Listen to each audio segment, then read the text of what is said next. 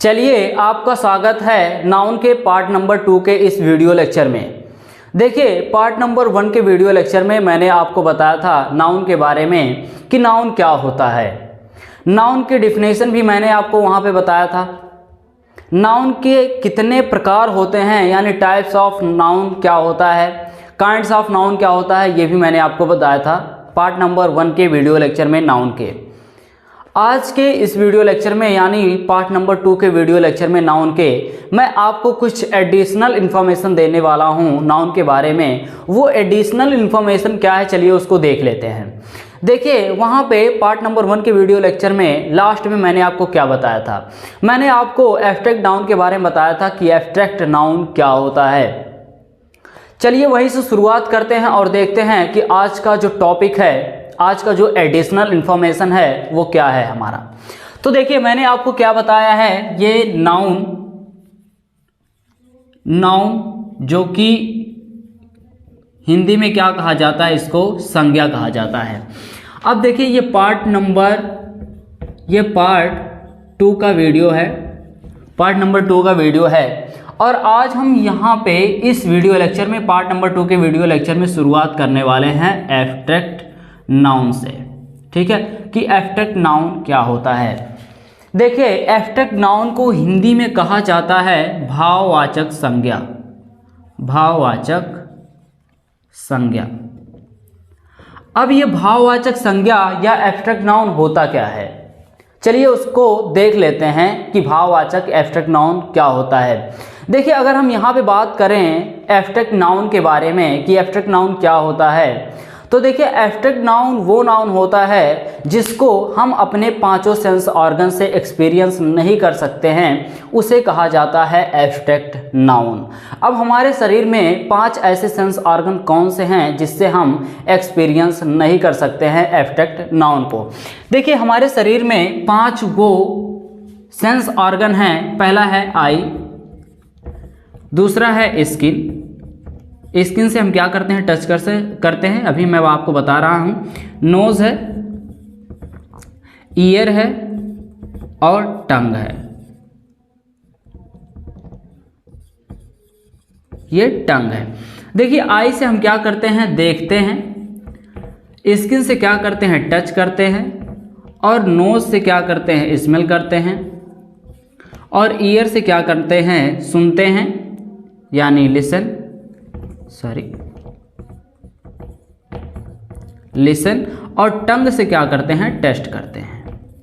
तो देखिए, यानी ऐसा नाउन जिसको हम अपने इन 5 सेंस ऑर्गन से एक्सपीरियंस नहीं कर सकते हैं, यानी आंख से ना तो देखा जा सकता है, स्किन से ना तो छुआ जा सकता है, नोज से ना तो स्मेल किया जा सकता है, और ईयर से ना तो लिसन किया जा सके, और टंग से ना तो टेस्ट किया जा सके, ऐसे नाउन को हम क्या कहते हैं, एब्स्ट्रैक्ट नाउन। अब देखिए, एग्जाम्पल यहाँ पे बहुत सारा हो सकता है। जैसे अगर मैं आपको यहाँ पे ऑनेस्टी लिखूँ, तो ऑनेस्टी का मतलब क्या होता है, ईमानदारी। अब क्या ये ऑनेस्टी, ईमानदारी, ये एब्स्ट्रैक्ट नाउन है या नहीं है, इसको हम कैसे फाइंड आउट करें। तो देखिए, मैंने आपको क्या बताया कि अगर आप इन 5 सेंस ऑर्गन से किसी भी सेंस ऑर्गन से अगर एक्सपीरियंस करते हैं तो वो क्या होता है, वो एब्स्ट्रैक्ट नाउन नहीं होता है। लेकिन अगर नहीं करते हैं तो वो एब्स्ट्रैक्ट नाउन होता है। देखिए, ईमानदारी को क्या देखा जा सकता है, नहीं। छुआ जा सकता है कि ये ईमानदारी है, नहीं।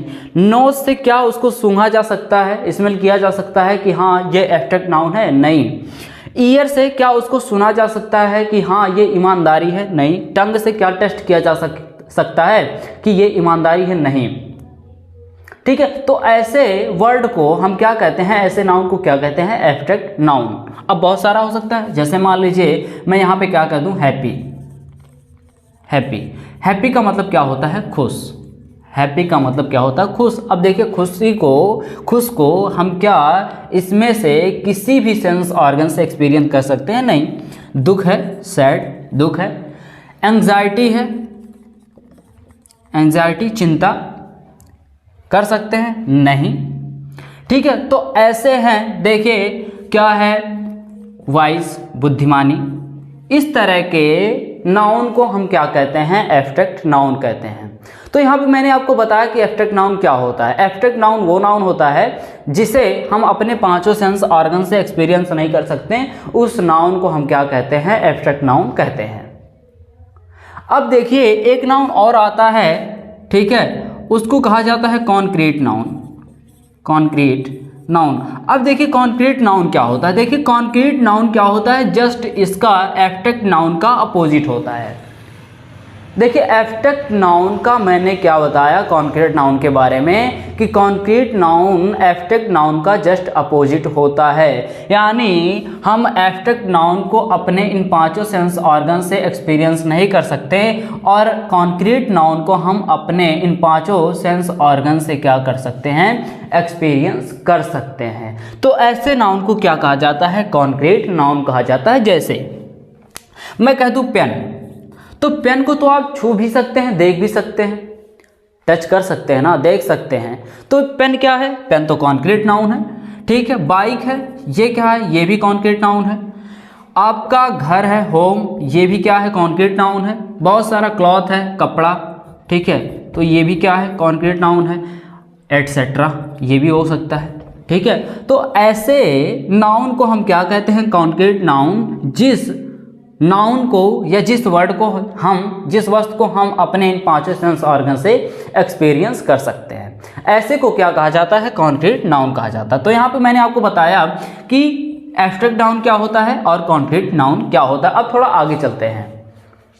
अब हम चलते हैं नाउन के थोड़ा आगे और देखते हैं कुछ और एडिशनल इंफॉर्मेशन क्या है नाउन के बारे में। चलिए उसको भी देख लेते हैं। देखिए अब मैं एडिशनल इंफॉर्मेशन आपको बताने वाला हूं नाउन के बारे में कि काउंटेबल नाउन और अनकाउंटेबल नाउन क्या होते हैं। चलिए उसको अब देखते हैं।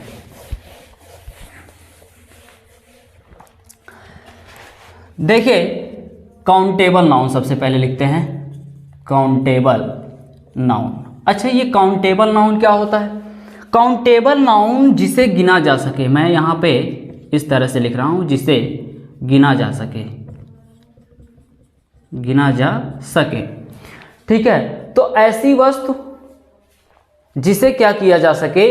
गिना जा सके, काउंट किया जा सके, वो क्या होता है? वो काउंटेबल नाउन होता है। जैसे एग्जाम्पल में क्या हो सकता है? एग्जाम्पल में पेन, क्या पेन को हम गिन सकते हैं? हाँ गिन सकते हैं, ये काउंटेबल नाउन है, ठीक है। और क्या हो गया? जैसे लैपटॉप हो गया, लैपटॉप, इसको क्या किया जा सकता है? इसको गिना जा सकता है कि नहीं गिना जा सकता? ऑब्वियसली इसको भी गिना जा सकता है। रूपी हो गया, इसको भी गिना जा सकता है। अच्छा पानी अगर हम यहाँ पे लिख दें पानी, तो क्या पानी को हम गिन सकते हैं? नहीं, पानी को हम नहीं गिन सकते हैं।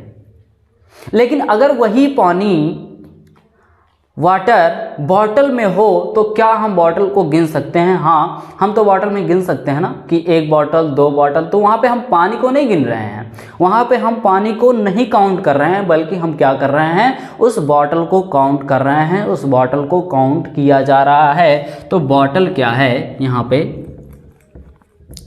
बॉटल, ये बॉटल भी क्या है? ये भी काउंटेबल नाउन है। इसके बाद भी एटसेट्रा लिख सकते हैं, ठीक है। तो ऐसा वस्तु, ऐसा नाउन जिसे क्या किया जा सके? गिना जा सके, ठीक है, काउंटेबल हो, उस नाउन को हम क्या कहते हैं? Countable noun. अब दूसरा है अनकाउंटेबल नाउन। Uncountable noun. अब देखिए अनकाउंटेबल नाउन क्या होता है?